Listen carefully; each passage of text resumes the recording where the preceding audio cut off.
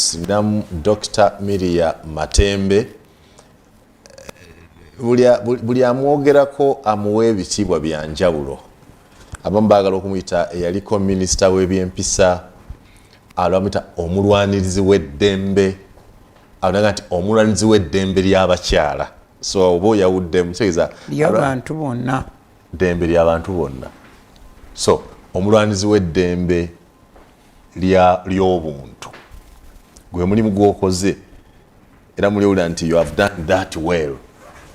Is that what you want? Otandise program yo bw'oba onyanjula yeeri ekisingayo kunsanyisa kugamba nti mukazi ono mukazi wa Katonda atayagala nnyo Katonda, ayagala nnyo Yesu kubanga yambeesawo mu nsi muno. Oli mukyala mulokole nnyo njagala Yesu nnyo ne Katonda wange. Really? Ebyo byebisingayo bw'oba onyanjula. Ate n'ekirala ogamba nti mukyala mufumbo Katonda yamubulesinga n'abaana abalungi n'amuwa abalenzi abakamwana abazzukulu mulimu n'abalongo. Oh, that's wonderful. She is the favored of the Lord. The favored of the Lord. Nsanyusa okulaba. Nange nsanyusa okusanga. Omulimu gw'okulwanirira eddembe kaba tubatutandikira. Manyi bw'oba okola omulimu weewa max noga nti ntambudde. Oli mumativu nti olwaniridde eddembe ly'obuntu mu Uganda ekimala.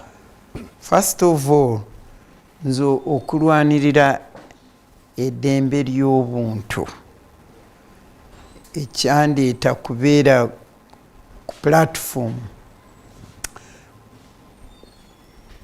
kubiteeka mu Luganda binkalubirira nnyo nenja kugamba nti for me God's purpose for my life is to fight for justice, equality, fairness and non-discrimination. Nga battle eyo nga ngifightinga through a channel of gender equality and women's empowerment. Abantu abasinga obungi bagamba nti Matembe alwanirira abakazi.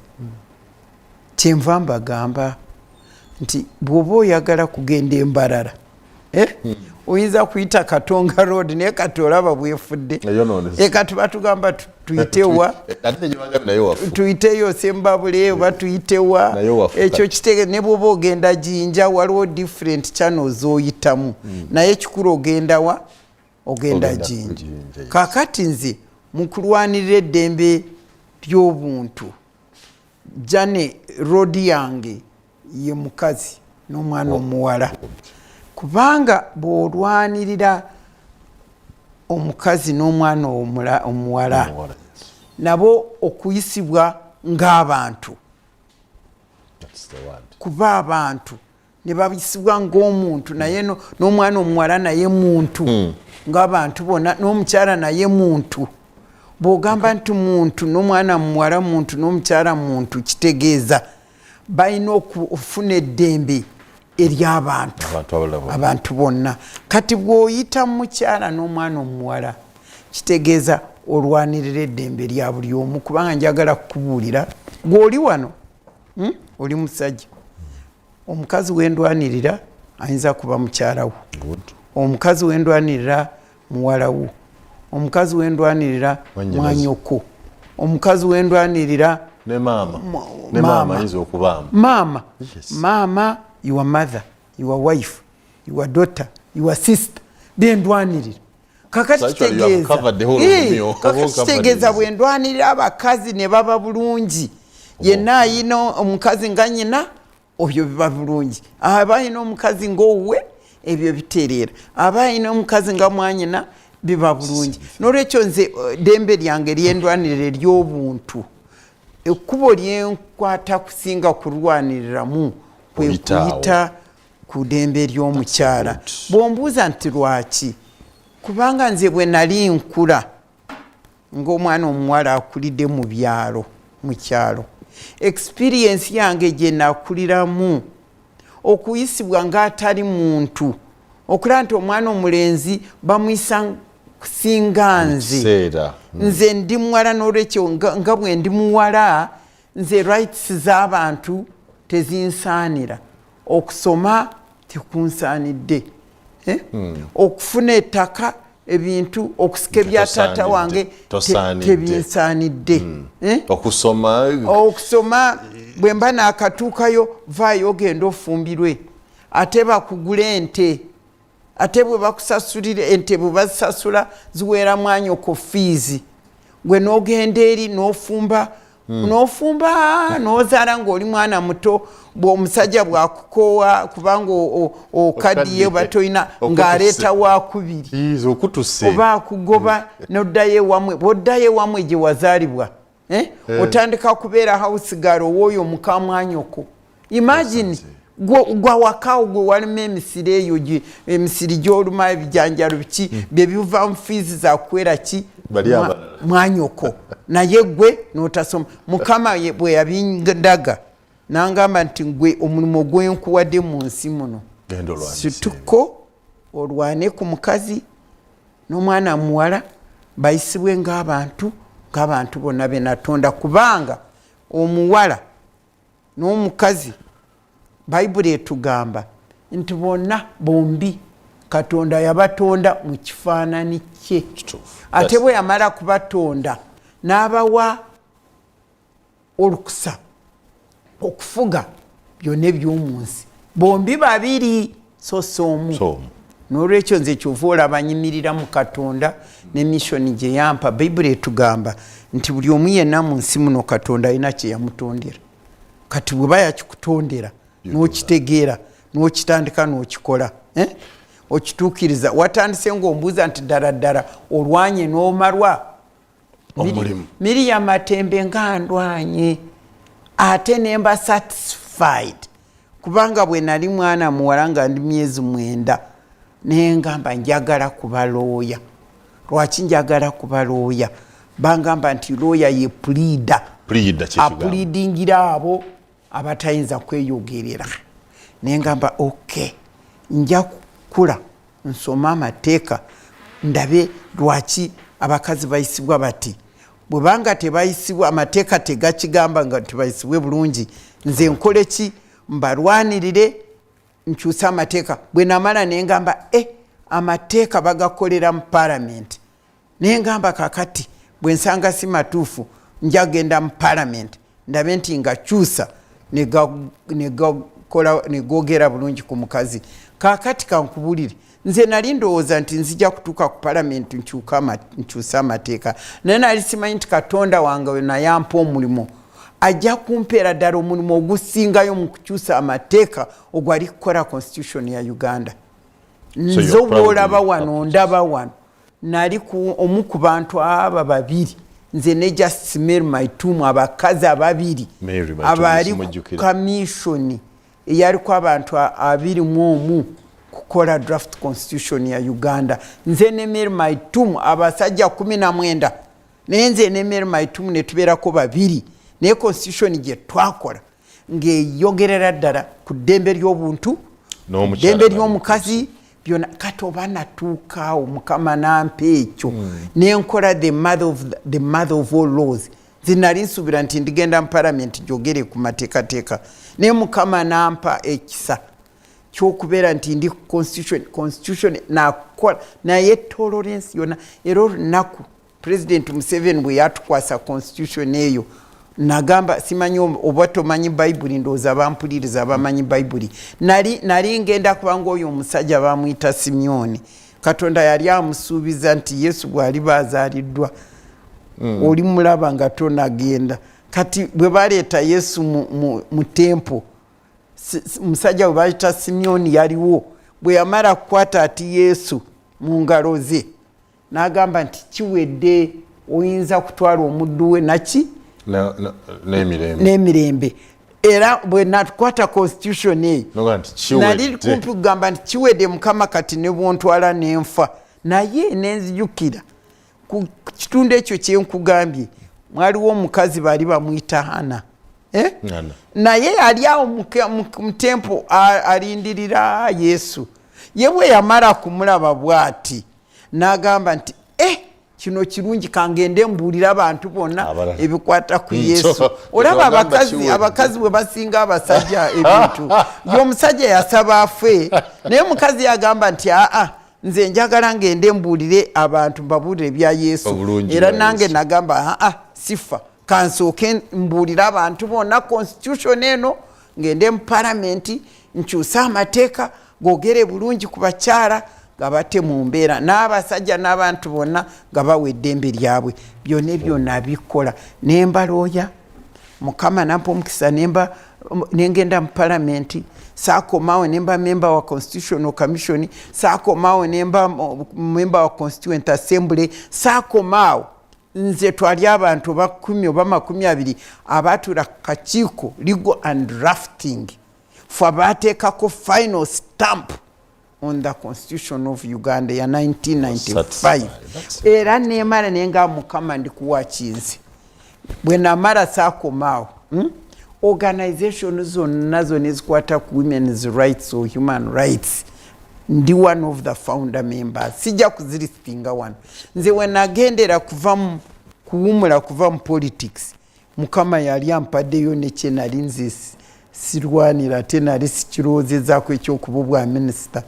That was an extra it was a privilege. Nze yampa extra nebyange byonna nali mbimaze naye Mukama nampayo ekyo ekisembayo n'agamba muzaana wange ono lekamwe obwa minister ate bwa minister obwasooka mu Uganda obwa ethics and integrity Mukama n'abumpa era njagala kugamba nze bwe nawumulira nenva mu active politics nga bye nali njagala nga mbikoze era ne kati Katonda nze mugamba mu Katonda ebisigadde nze kati ebisigadde nkola Katonda kyayagala nkole ebyange nabimala. I'm satisfied.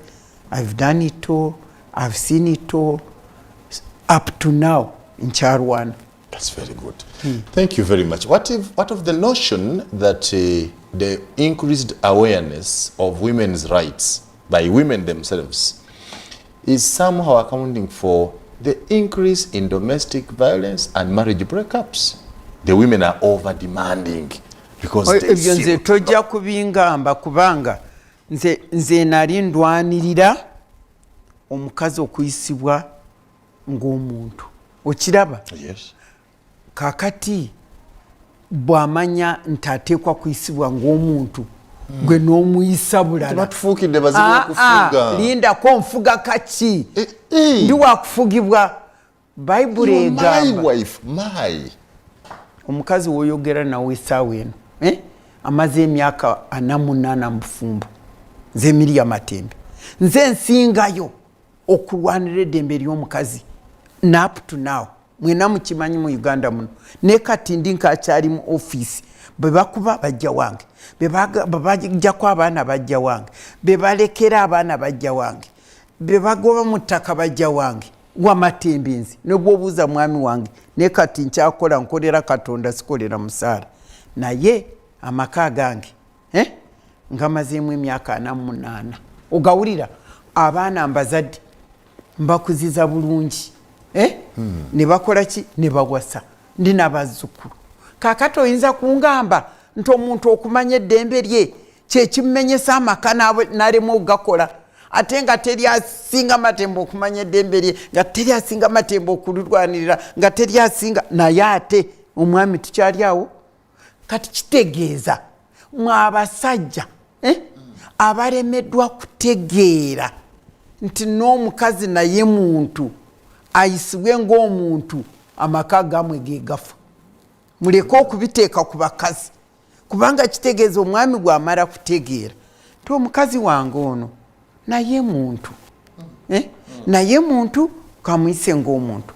Bw'ogamba nti genda afumbe emmere gireete njifumbe owulidde bwe mba njifumba tekikugaana naawe okunkwasa ku mirimu ne tugikola wamu kubanga olina kumanya nti omukazi kati bwe bamaze kumanya nti nabo bantu n'abazadde ne babateeka mu masomero okitegeera abawala nabo ne basoma bino ebyokusoma engineer ebyokusoma profession zonna edda tebyaliwo ekyaliwo somayo katono genda ofumbirwe owasa ozaala abaana bonna boozaala olubuto lulwo omusajja yakontrolinga wumbu ye ne remote control kuyinza kukiraba nze ndi mukazi wano okuzaala katonda yagamba nti gwe omukazi omukuzaala mu obulume bwo bwerikwa bwerumuva kati nze ndumwa gwe mukuzaala omwana teri ekikuluma nze ndumwa nze emanyi bwe ndumwa biki byonna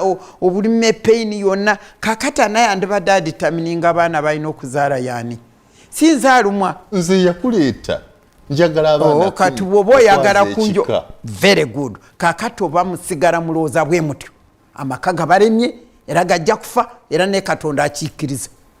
I'm telling you. You want to determine the amount of children, the number of children we have. Sikutegeera nsi. First of all, you have to agree, discuss as partners.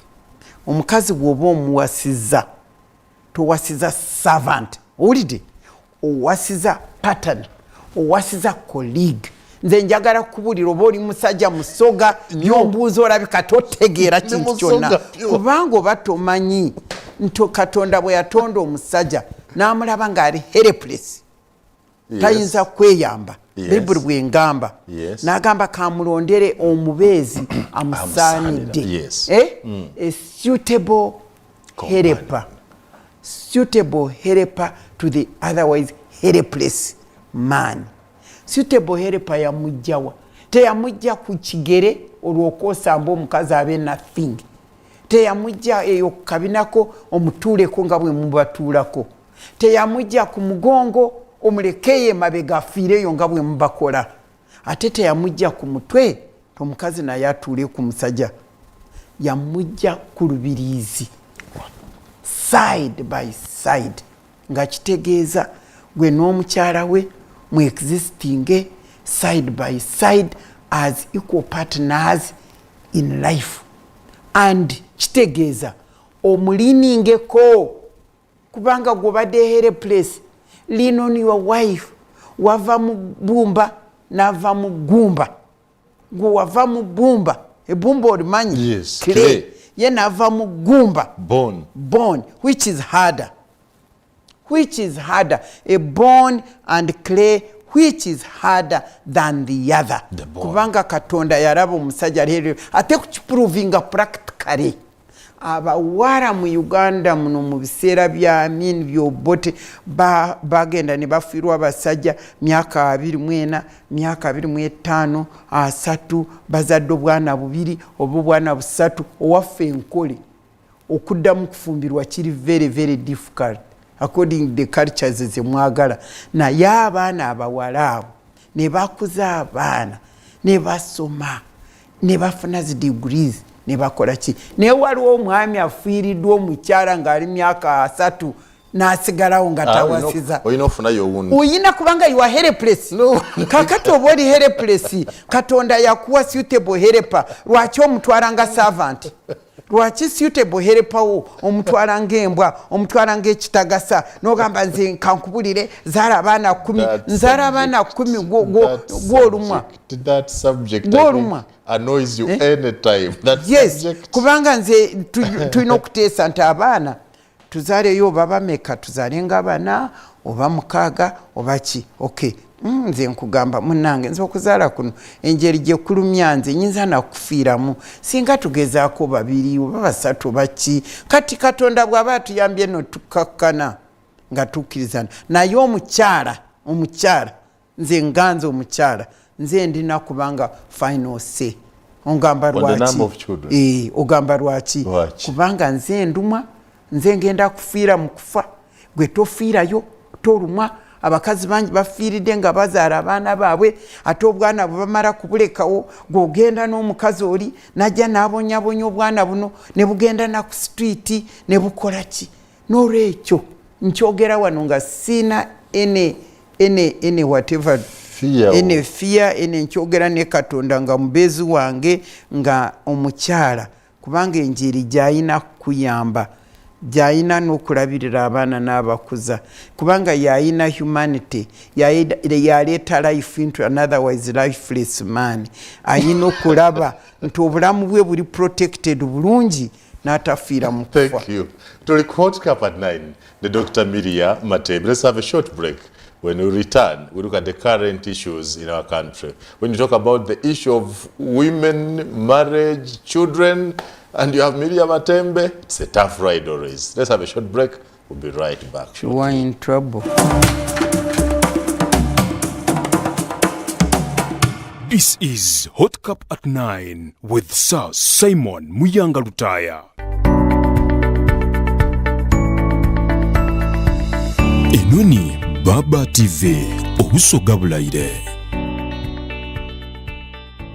Wamaliriza siniya ey'okuna oba siniya ey'omukaaga nga wandyagadde ofuna obukugu mu by'obujjanjabi weewandiisa olwaleero ku ttendekero lya St Francis Schools of Health Sciences. Tusomesa ku mitendera gya diploma ne certificate era ng'okuwandiisa abayizi kugenda mu maaso mu matendekero gano okuli erya School of Nursing and Midwifery, School of Allied Health Sciences wamu ne School of Management and Applied Sciences. Omuli courses nga Clinical Medicine, Pharmacy, Medical Laboratory, Nursing and Midwifery n'endala nnyingi era nga twakakasibwa ebitongole nga OAHE mu courses za Allied Health Professionals Council, UNMEP mu courses za Uganda Nurses and Midwifery Council, saako ne UGTE mu courses za Management School. Weewandiisa olwaleero nga tusangibwa n'amataba kilomita 5 zokka okuva mu tawuni y'e Mukono ku luguudo oludde Jinja, oba otukyalireko ku mutimbagano gwaffe ku www.splash.ac.ug.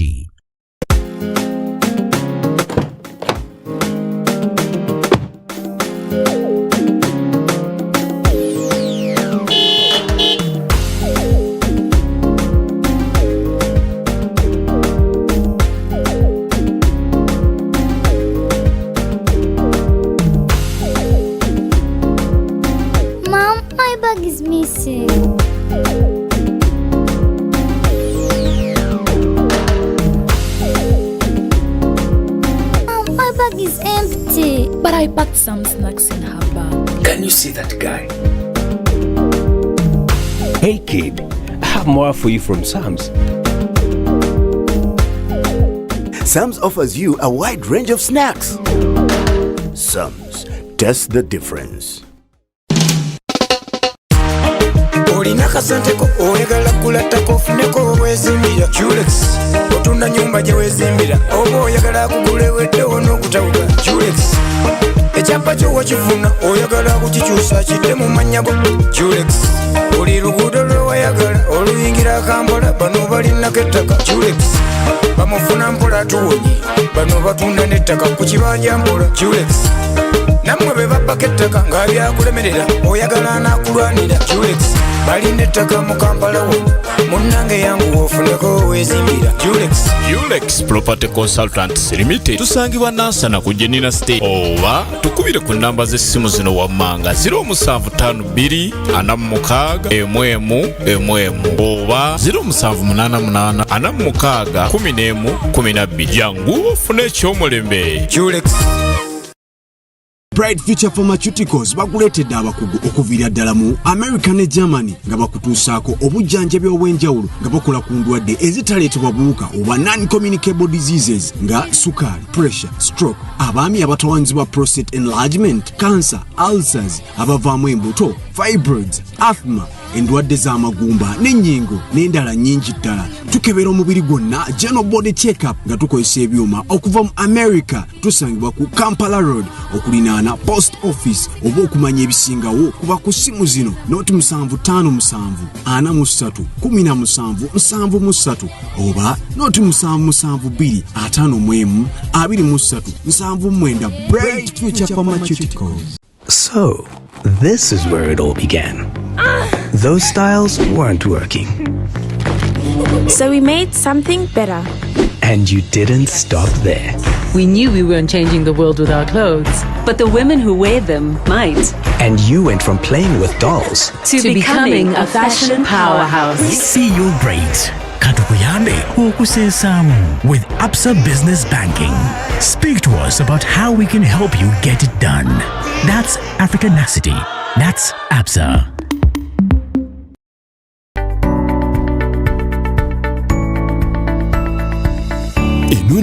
Baba TV obusoga bulayire.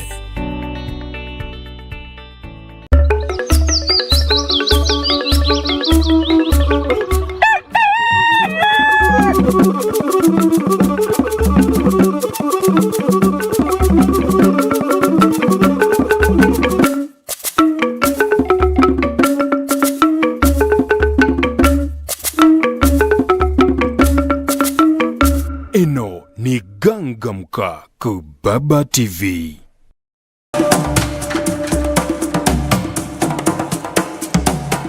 This is Hot Cup at 9 with Sir Simon Muyanga Lutaya.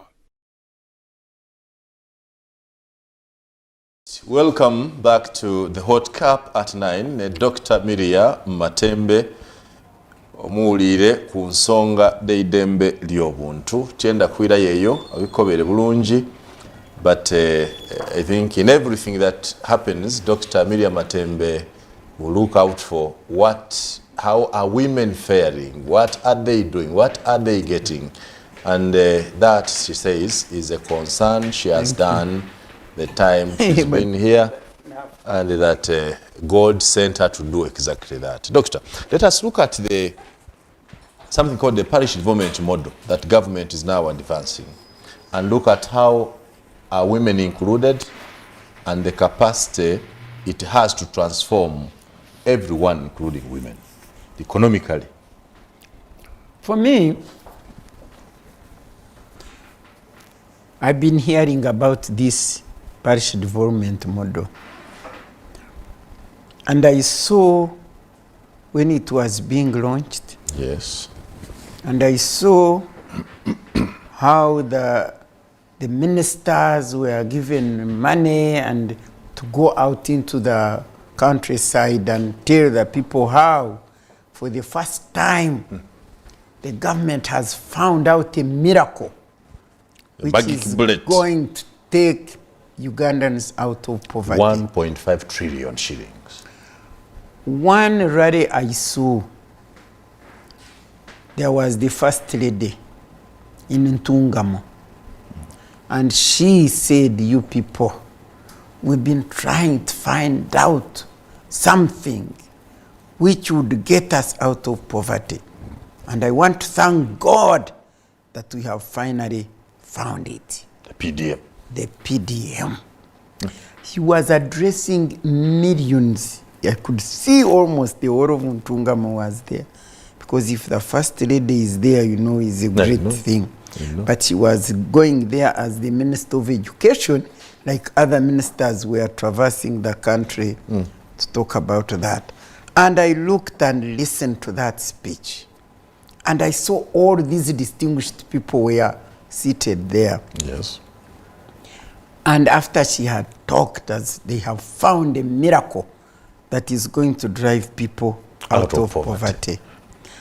And what did the people he went with say? That as for today, we have come with 17 millions. 17 millions with all those people were seated there. Then my mind switched to the convoy that she traveled with, which I always see, with all the staff, with everybody that was with her. And I, of course, concluded that even that one single journey that they took could have taken more than 100 millions. At least not below 50. But there she was with 17 millions that she was telling people was getting them out of poverty. I really felt so sad.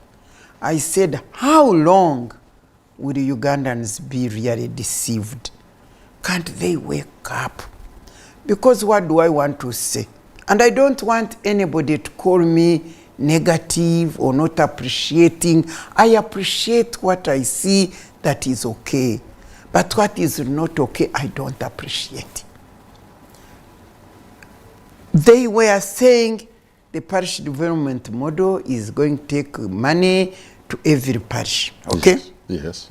Now, apart from listening and saying that 17 millions, which was being delivered. And by the way, afterwards, I heard in Ntungamo, they were talking about how officers stole the money. I don't know. Also, I think you heard about it. Yes, I've read the stories. Now, I go to the village where I was born, Rutoma, with where at that parish. I say, where is the parish model money? Hey, because I have... You went to your parish and asked? I have a family, rural people whom I care for. I provide fund, yet I'm retired and I don't have any money, retired with no pension or anything. So I said, okay, let me check. They told us, for us, we hear about it. We hear about it, we haven't seen it. Now, I go to my parish where I stay, in Ruzira Parish. And I say, Chairman, where we also want to apply, we want to see this parish development model. You're out of the bracket. I mean, I'm a Ugandan. No, you're out of the bracket. I'm a Ugandan who is out of the bracket of the elders, and yet I'm an elder. I'm a Ugandan who is out of the bracket of those who receive pension. I'm a Ugandan who is out of the village model. So am I Ugandan with no right at all? But anyway, I was not looking for my own rights. I was not looking for my own rights. I was looking for this thing which they are calling a miracle to redeem Ugandans. And my chairman, LC1, said, you know what? For us in our parish, we just refused because our parish has got 23 villages. And now they are giving 17 millions on 23 villages. And according to the calculation that in our parish, they wanted to, in my area, LC1, they said they wanted to give us 800,000. You get me out, because I'm always assisting people in my village. I understand. With food, with bogoya, with what. During COVID, I really suffered. Because they know, Minister, help us. They still call you Minister? Oh, yes. Because they have not seen any other minister for ethics and integrity. Do you know the name of the current one, for instance? By the way. Who's the current? Okay, now leave it at that. Okay. So, he told me honestly, Honorable, my people here in the parish, we said instead of harassing us, over 800,000. Over 800,000 to a village which has so many people. 800,000 to do what with these people? Could it have been? So for me, my experience, for preparation? The NRM government has finished 2 years in power. Yes. And this program, parish model, is for the 5 years, you know? Yes. Now, 2 years down the road, the two villages which concern me, where I have gone, or it's because they don't give those where I am, I don't know. No, they don't. But where I have gone, I haven't seen the parish development model. It is not there. And as if I'm joking, as if I'm telling lies, what has the president himself told you? He went to Achori there. He said, oh, Banange, the parish model is not there. They have eaten all the money. Yes. And now the other day you saw him saying, everybody in my government is corrupt, including the IGG and her people. And so I, myself, I am going to fight this corruption and make sure that the parish development will work. For me now, these days, I've stopped anger. He's an honest person. I have stopped anger. Only the strong man will say so. I have stopped anger. I just laugh. Because we are in a comedian government. The government has become comedian. And yes, comedians. And you saw the Minister of Finance, after taking the iron sheets, how he shamelessly went on to the TV and said, the iron sheets found themselves in my compound. Now this one is saying, the IGG whom I appointed is corrupt with our people. And now I'm going to do it myself alone. And you saw him saying, oh, these people with the iron sheets, they will see me. When will they see him? When will they see him? Will they see him? When even it is a court process when delay, even but he has allowed when it. even investigations have ended somewhere, they are not in CID, they are not in DPP, so they are in the air now. Anyway, we go back to the parish development model. For me, I want to say that Ugandans should wake up. Whenever Ugandans muzukuke mutegere kubanga babagumaziza for a long time. Kubanga nze muzeye yajja kyogera nze nkopa bigambo bye yagamba babagumaza when she had come gagamba bagumaza abantu n'olwekyo kakati yali tamanyi nti yagenda ate kubagumaza kakati n'abagumaza nze bwe nkutandikira ku projects oba baziyita schemes zebagezezaako okuteekako ngu abantu bannayuganda bave mu vaafu naye buli lunaku nga beeyongera bwabo bateekako nuts. Yes. In fact twali tugiyita nuts bagiteekako ne bavaayo ne bagenda bonna bagaggawale nze nenkiyita bonna bagwaggwawale kubanga bonna bagaggawale kati bagaggawala ddi olaba Uganda nziwomusinkana obwavu embeera obwavu ate waliwo program bagiyita bonna bakoleki bagaggawale nze ne mbagamba nti bannange no program engeri gyengirabamu eringa bonna bagwaggwawale kugwagwawala mu Luganda kivuma nze bonna bagwagwawale ate olowooza temugwagwawadde mukyabuuza mukyayogera you are all quiet byonna bye bakola temwogera mulowooza mwabaki sinza abavuma nze ndaba bulabi gwampise wano ku TV yo ompise mbabuulire kaakati newajja newabaawo wealth creation teriwo wealth creation kati buli erwa creation abantu nze sinze mbyogera abantu bebakaba mama bwavu obwavu the other day nagambye omukazi omukwata tabaana bange bavu ne mugamba obagamba ova mu church uyinza otya kuva mu church no declaring nti abaana bo bavu tomanyi nti olulimi lwe lukuriyetinga olulimi lukuriyetinga naye bebeyogera mama obwavu bututta obwavu ate bagamba wealth creation kati wealth creation yaragawa wealth gye bakuriyetinga egenda into a small percentage of Ugandans abalala basigara bwe batyo niwajja ekirala ekyabaawo kyekiki simanyi myoga ekyo kyo saakitegeerera ddala simanyi kyavaawa nze nagenda kulira emyoga nkimanyi emyoga kyekitegeeza kitegeeza nti buli omu alina papasi ye omwoga olina omwoga gwo it means you have your own purpose kola papasi yo okiraba kati nze emyoga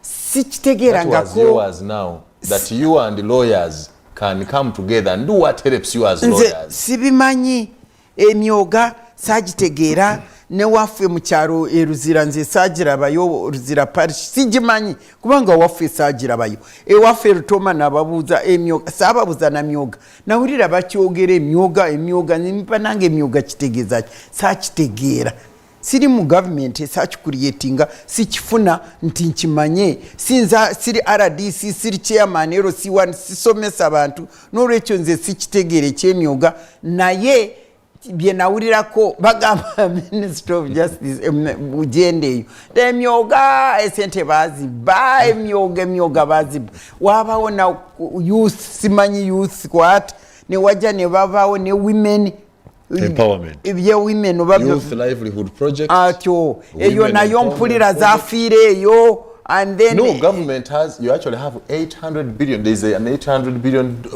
fund for women I think it's a means of finance 800 billion for women but perhaps the means of finance has that money and PSF the private sector foundation is supposed to lead nje kati ebyo tobimbuuza nze kyombuuza njogera nga senior citizen awulira nti waliwo kino nakinoonya takiraba impact tajiraba nange njogera like that oba oyagala aba banakuwa impact gendo bayite bajje bakubuulire obabuuze nti emyoga gikola policy madde okola gendo bayite bo bakubuulira engeri gye bikola. Do you take time to read about them because they publish them? Do you read about them? You are more than the village woman because you can read and interpret. Do you read about them? Kati byenkubuulira biriwa bikozewo. Oba ne president asituka n'agamba nti banange ebintu bwe bituuse kiwedde ate yabeerayo yabiyiiya yabikola yabiteekana mu nkola kati ye bw'agamba nti sibiraba biri eyo bifa nze njogere ki togenda kugamba nti Matembe ali wano tasiima. How else can we help our people out of poverty? Kati esaawa eno how do we help? Because if PDM is that, because as a senior citizen abaganda baga nti obukadde magezi, as a senior citizen what do we expect from Miria Matembe is wisdom. How do we actually have a member of parliament now for the elderly, the purpose is to add value to the tokyasobodde kubanga within the current government eno yoraba with the highest level of corruption, with the highest level of greed, highest level of self-centeredness, with leaders driven into leadership by wealth creation of themselves, by their own stomachs and whatever. Tokyayinza kuyamba bana Uganda kuva mu bwavu kati. Twetaaga a new beginning. Omanyi ne Yesu Katonda bwe yalaba ebintu byonna byeyagezaako okukola byonna n'ebigaana kununula abantu be n'agamba nti kakati bino mbivuddemu kankole a new beginning nfuna omwana wange musendinga eri abafiire abaana mukkiriza bajja kubaawo ndemu okulwana bino ebitangasa n'olwekyo twetaaga a new beginning. Lwaki nkugamba a new beginning? Ndi omuntu alina omukisa ayabaako mu kiseera ky'obote kyamini kubanga obote wano nali nkyali mwana muto nali sinatuuka na mu Kampala naye nalaba Amini government nendaba obote 2 government nendaba Naziri government esimanye za muwanga biki ebyo byonna nembiraba.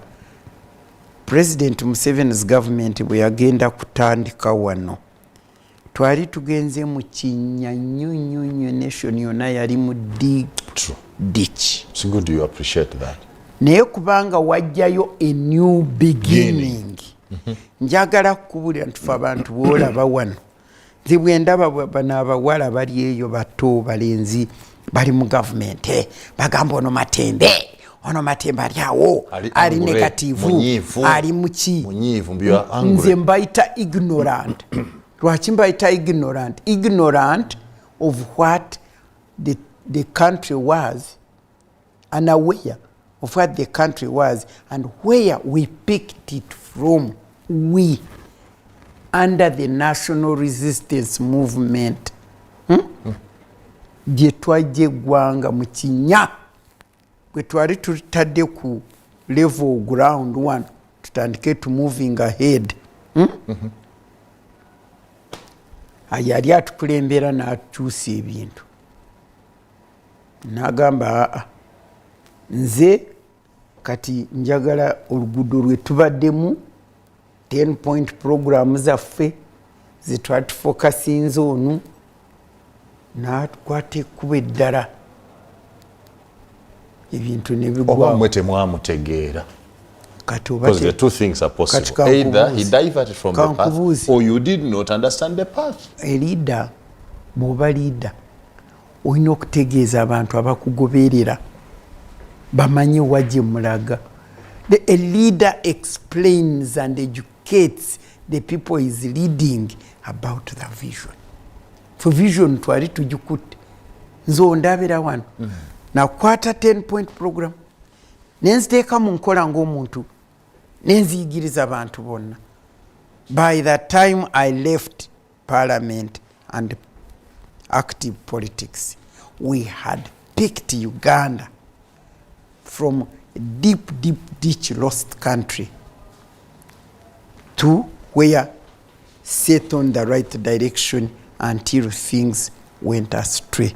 No rachel kyenva nkugamba kati wetutuuse wano wetutuuse. That's why in the constitution Ugandans had asked for a presidential term limit because they had lived a life which they had seen what happens when a president refuses to leave power. They had seen it, and since we had experienced it, we had put it in the constitution. Abantu batugamba abayemwe ekintu ekisinga okutta Uganda eno yaffe beba presidents abaganira mu ntebe. Let us agree that that passed and Museveni has continued to stay in power. Have we not had any gains in his continuing to stay? By this morning, for example. Wotandika kungamba gains. Gains. What have we lost by his continuing to stay? Gains zendaba. The gap between the rich and the poor has increased in such a way that the rich are really rich. Irebizimbo biraba. Simanyi bwe bakiita. Since President Museveni came to power, the change kya kugamba, is it physical economy? I don't know what to call it. I'm not an economist. The growth, there is growth. Nga bw'olaba site yonna tekyafaanana, ensi yonna yonna ekuze, bazimbye bakoze eki naki byonna. Naye translating this growth into people's lives has failed. It is translated into a very small percentage of Ugandans. The rest of Ugandans are still crying out there. Look at when you talk of Ugandans' benefit, you look at education, the educational system, the institutions of education. Nze kankubulire singa omukulaba bino za mansion zonna zendaba mu Kampala, skyscrapers nachi, singa ndaba beautiful schools. How many schools are like now? The entire school where the children will go and the government is there is no height, these private schools with so much demands, so much money to pay, while the children of the poor are now the poorest. And let me tell you why I talk like this. If I had grown in Museveni's government, I would not be who I am in the current government, because we were poor parents, peasants. And you know what helped us? The school fees were not so much. The teachers, everything was good, and then eventually my Ankole district gave me a bursary. There were bursaries which were given to poor. You studied on a bursary from Ankole government? Yes. Yes, I studied on a bursary up to HSC. Otherwise, they were drawing me out of school. My parents could not afford money to pay. We were a Nyanji Girls Secondary School. And when I came, I was given bursary. During long vacation of Ngamaze S4, Nakola, I was licensed teacher. Nga nzijayo obusente, nga tata wange abuwera school fees baganda bangi. Nga bwe natuuka ku HSC, nga nfunayo sente 509 oba zali shillings oba thousands sibitegeera. Naye zali standard. Nga nsomesa. Bwe natuuka ku university, nenfuna the first year, netufuna boom. Yajijjawo. That was the last boom that we got. Zozo nanze bwenzifuna tata zitwala nawera baganda bange. N'olwekyo baganda bange nabo ne bakola ki? Ne basoma. Ne kati njagala kukubuulira. Abazadde batunda nte, batunda ttaka, ne bawera abaana baabwe. Bwe babala kubawera bameze na university, bagraduatinze teri murumo. Ate ettaka balitunda dda. N'olwekyo they cannot even take care like I was doing that. So for me, bw'ongambe ekirungi ekibaawo, nkirabira from like educational system. Are the children of the rich and those of the poor able to get the real good education they need at the right cost? Ekyokubiri, a short break. The health system. Development should focus on human resource. This is Hot Cup at 9 with Sir Simon Muyanga Lutaya.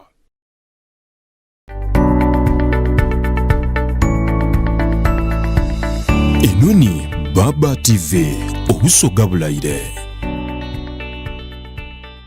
Nile Plastics eikolera eryaganibwa mu Idinda Njeru Town tulina ebyuma eby'omulembe ebyeyambisibwa okufulumya ebintu by'omumaka bino nga biri ku mutindo gw'ensi yona ebintu byaife bya plastic bikozesebwa okwambako mu kugonza obulamu n'okuba nga bweyagaza eri abantu boona wano mu Iwanga ne Kulia olw'omutindo n'emboneka ey'endawulo omuli eby'omu ifumbiro nkani restaurant eby'abaana mu saizi doona doyenda kuno nga tutaku n'okukola obutebe n'emmeeza okubonesa ekifo kyo nga kya first class ate bwe kituuka ku tanka dhaife dh'amaadi dhino ezira wandi wida kudagana ate nga difulumira mu saizi doona dakolebwa okuba nga dha buwangazi anti dhirina emibiri egiwerera irala ena okuwangalira mu mbeera yonna ey'obwire okumanya ebisingawo twaganibwa mu Njeru Town oba tukubire ku isimu lino noti 753 22 noti 22 ndala ni ku email gmsugarplastic@gmail.com gemagana n'aba Nile Plastics okufuna ebintu eby'omulembe jangu ewanise.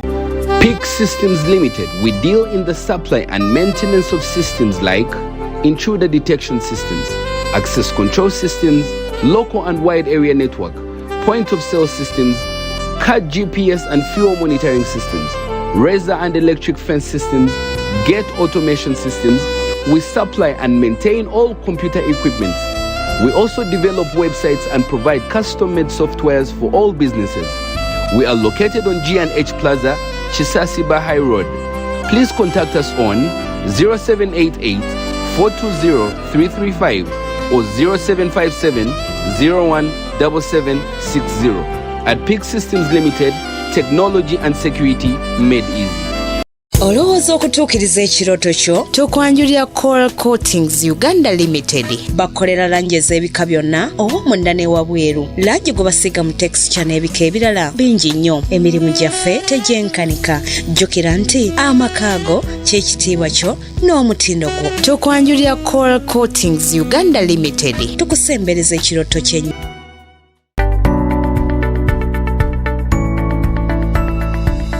Enoni Baba TV obusoga bulaire. This is Hot Cup at 9 with Sir Simon Muyanga Lutaya.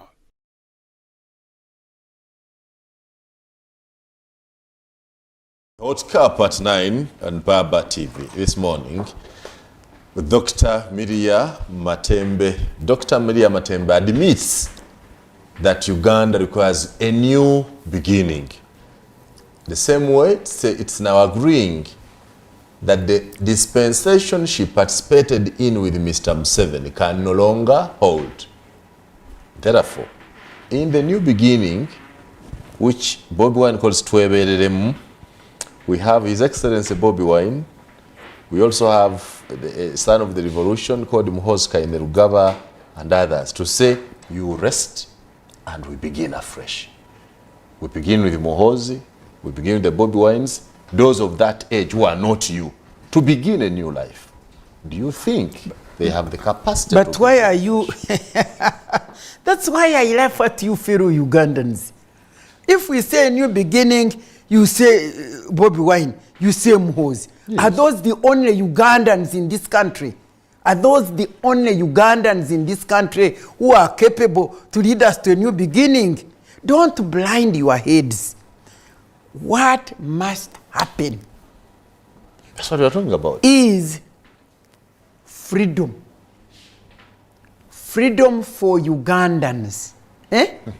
To be able to offer themselves as candidates, free of violence, free of being beaten, free of being stripped naked.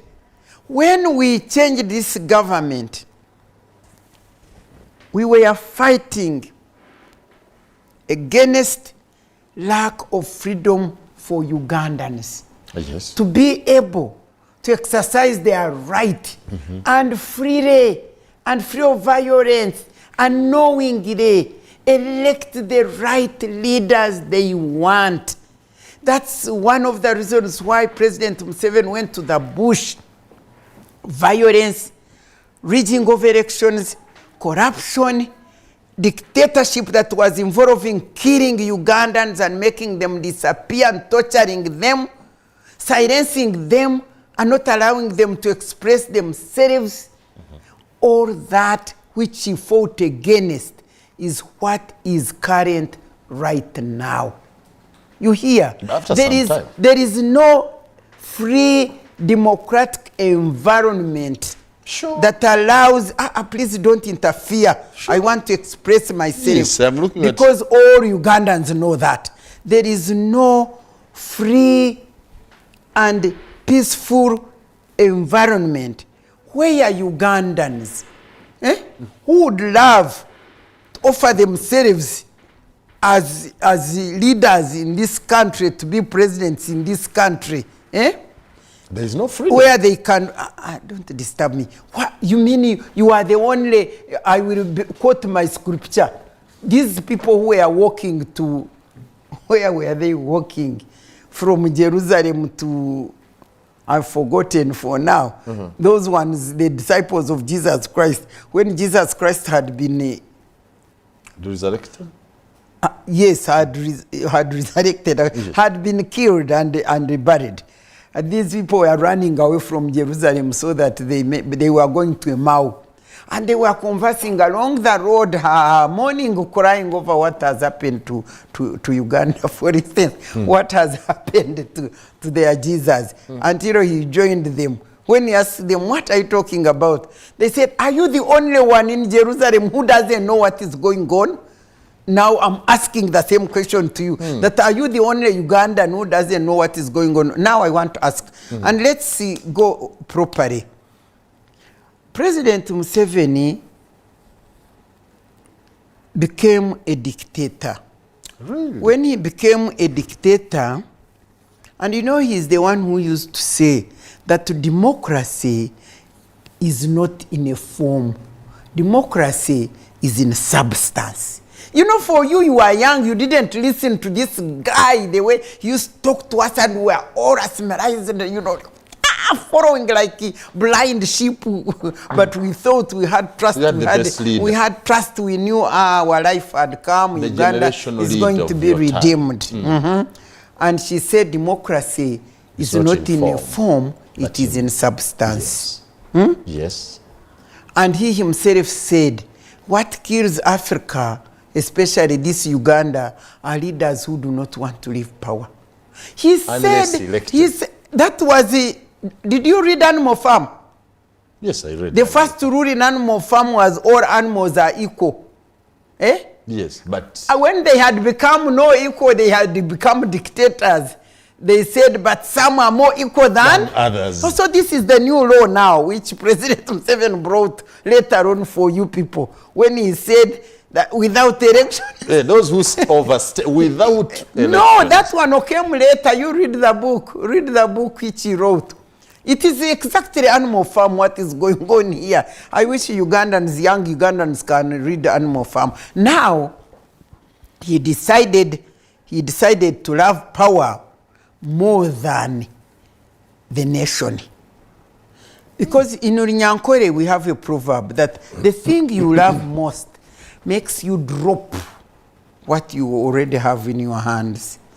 What he had in his hands was to develop Uganda, do away with the dictatorship, do away with the militarism, do away with corruption, do away with rigging of elections, do away, because those are the things that brought you NRIM to exist. We were in UPM, by the way. I want to give some fighting example. That time.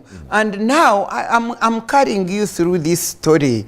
Now, after, first of all, the first person to contest with President Museveni was Besigye. And you, unless you are not a Ugandan, Besigye first as a gender reform agenda. Yes. And I was there in Mbarara, and I personally, as Minister for Ethics and Integrity, had even to intervene to prevent the violence that was being meted onto Winnie Byanyima, the wife of Besigye, and that kind of thing. You should read my book. I don't have to waste time here. And that was the beginning of the misery of lack of democratic governance in this country when anybody came who would be capable to contest against Museveni. Museveni could not believe that anybody could come up to contest with him. And from that time, you see what happened to all the leaders of FDC, the suffering. He could not believe when he signed the constitution calling for presidential and parliamentary elections. So why did he now violate? He knew it. So why did he now remove? Why did he now remove the goon, what is it could be the conduct the of term limit? Why did he remove the term limit? Anyway, why did he remove the term limit? Anyway, Besigye came and people, you know me, I talk here. I don't talk here. I have had opportunity to have discussions with the president on these matters. Now Besigye, FDC, made sure you fight FDC, cannot allow all this kind of thing. Now, what that means, you decent people who don't want to be stripped naked, who don't want to suffer, you say, why? Ebyo byentaro fete tubirimu abewayo. You know how much they have suffered. You can even imagine recently these women members of parliament being arrested in Gomez, and they were wearing their Gomez. And they're being arrested simply because... But they slapped police women also. You are women. Me, I don't want you to bring nonsense here. Let me tell you, when I'm talking something pertinent to Ugandans, yes, I give which you is the truth, don't just spoil it. Because I want to ask you, why did these women police come to arrest the women members of parliament? Who is important? That time of where there is democracy and respect for other people, a member of parliament is a superior person to the ordinary people. Why must they do an legal assembly? It was an legal assembly. You are an MP. Do you conduct legal assemblies as MPs? I can walk away from your debate because, first of all, the Constitution allows people to demonstrate against what they don't want. But Museveni brought a law to shut down. Nobody can demonstrate. I personally wanted to demonstrate together with my distinguished women who are knowledgeable, who don't like violence, wanted to demonstrate against when on the age limit, when they beat members of parliament and tortured them in that parliament. A thing which should never happen, which did not even happen, I think, in terms of Obote, where members of parliament are beaten and tortured by presidential Simanyi protection unit, invading the parliament like they invaded the court.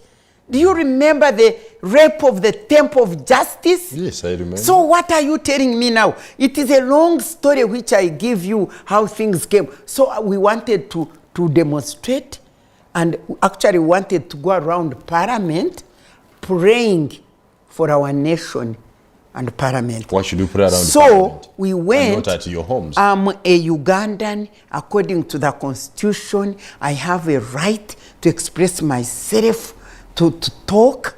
You listen first. I'm a lawyer, doctor of laws. Don't joke with me here. So the law is there and it is telling us what to do. And for us as decent women, we must pray for our nation and pray for our parliament that these things should not happen. So what do? We write a letter, we take it to police, we tell them what we want to do. They give us permission. By the way, they are not supposed to give us permission. I know that you are supposed to inform police that there is a certain thing you want to express yourself about.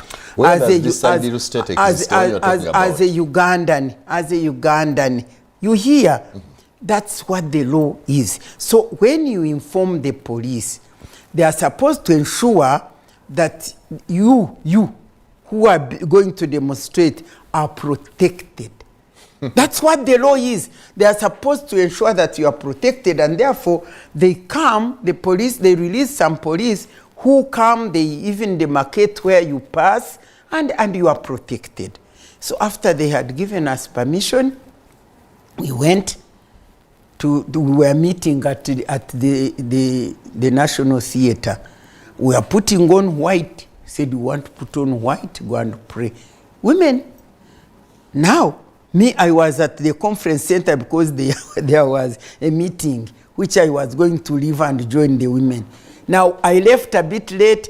When I reached National Theatre, I found this vehicle.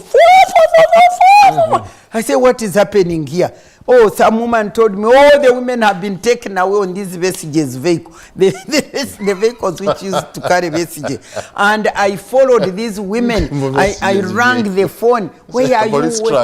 Where are you? Where are you? They drove them. You know, the police called our lady that, did you get permission? He said, yes, we brought the letter and it was stamped, allowing us. When she reached there, the policeman said, give it to me. When he gave it to him to show that we got a stamp, he confiscated it. You think you are dealing with human beings? They confiscated it, and therefore they said we have no right to demonstrate. So they carried these women to Westje's place there. Where is it? Where they take him? Chira police. And I followed, and I reached there. I found they had put these women in the cells. And I came I said, where are my women? And they said, do you have women? I say, yes, every woman in this country is my woman. Show them to me. At police there. And I was not a minister, I was not anybody. I was the usual woman, their movement. And the women, I looked, I said, don't worry. They started singing there in the cells. And then... That Anirule character. And then they rang. You mean I was Anure? No, those singing in the cells. Why would they sing in the cells? That's character. You don't understand. You don't read the Bible. You don't know that St. Paul, when he was in prison, prisoners, he was singing and praising the Lord. What are you talking about? These are singing to provoke the police. Singing and praising the Lord. Anyway, don't take me away from... You called me to talk to Ugandans. Don't bring in that which doesn't matter. But what am I trying to emphasize to you? Of course, they had to release those women. I stood there and they rang in Kampala and I said, we got our permission, we did. And then somebody said, hey, they rang and I heard them saying, hey, Matembe is also here. They were asking, Matembe is also here. They trying to see whether they can arrest Matembe. Then the other woman who was there at the Central Police had the man who had taken away the letter. He's saying, don't touch that one. Let me first consult. Because they had permission. They consulted. They never put me in prison. And then they said, okay, they released the women. What am I giving you? From that time, we decent women, we can't. Because our right is captured. There's nobody in this country except when you belong to NRM, except when you are Mhozi Kainerugaba, who can go and organize rallies, who can do that. Let me tell you, these Noop people you see, the Noop, the Kyagulanyi people, can't open offices, branch offices. The other day, they were going to open an office in Kasese. Imagine going to open your office. It was not even a rally or what. Oh, the police went and found this woman from Barara. They started stripping her naked. And then there was a young man who knew him like his aunt. He said, no, please, leave my aunt alone. So, the thing is, it is not Kyagulanyi. Anyway, when Kyagulanyi came up, when Besigye now ended that thing of reform, turned into FDC, you know how the FDC have been arrested, have been tortured, have been, whatever. And then comes Kyagulanyi, and he comes in, and you know what has happened, and you know what happened in those Ururu, or that thing. You know that anybody who comes to say, I am coming to contest, whom President Museveni thinks can attract people's attention, you must suffer. So what I'm saying is this. Yes. There must be freedom for Ugandans to go out and offer themselves as presidential candidate, without being arrested, without, even if they were to reach elections, but at least allow the candidates to go there. You remember what happened to Kyagulanyi? You remember what happened to Amuriati? Stripping him, removing the shoes. You remember the whole of 2021 elections, which opposition candidate was not tortured, stripped, beaten, people put in prison? Up to now, young people of Kyagulanyi died. The women are still crying. They've never seen their husbands. You know all that. I want to talk to the doctor of laws. How do you balance the two? First, the duty of the state to protect citizens and their property, but also the duty to prevent the unruly. How do you balance the two? Because you have to... I want to ask you, how do people become unruly? Now I have asked you one thing. Me, Miria Matembe, I never fight. I don't go to do whatever. And we as women's movement, who were concerned about what is happening in Parliament, we gather together, we even write a letter, we ask that we want to move, and which is allowed according to the law of the land. And even after saying yes, stamping our letter. Who is supposed to enforce the law? Stamping the letter. You bring the police and they arrest us and they take us in a prison. And now you are telling me unruly? Who is unruly? The balance that you must keep peace for both citizens. Those who want to demonstrate, those who don't want to demonstrate. Let me tell you what the law does. What the law does. It allows and puts procedures of how you go about it. So what you do as a demonstrator, you go, you present, they are not supposed to refuse. They are not supposed to reduce. That is the balance. The Constitution of Uganda says all power belongs to the people, who will exercise it through the free and fair elections. And when you put leaders, leaders must govern you according to the law.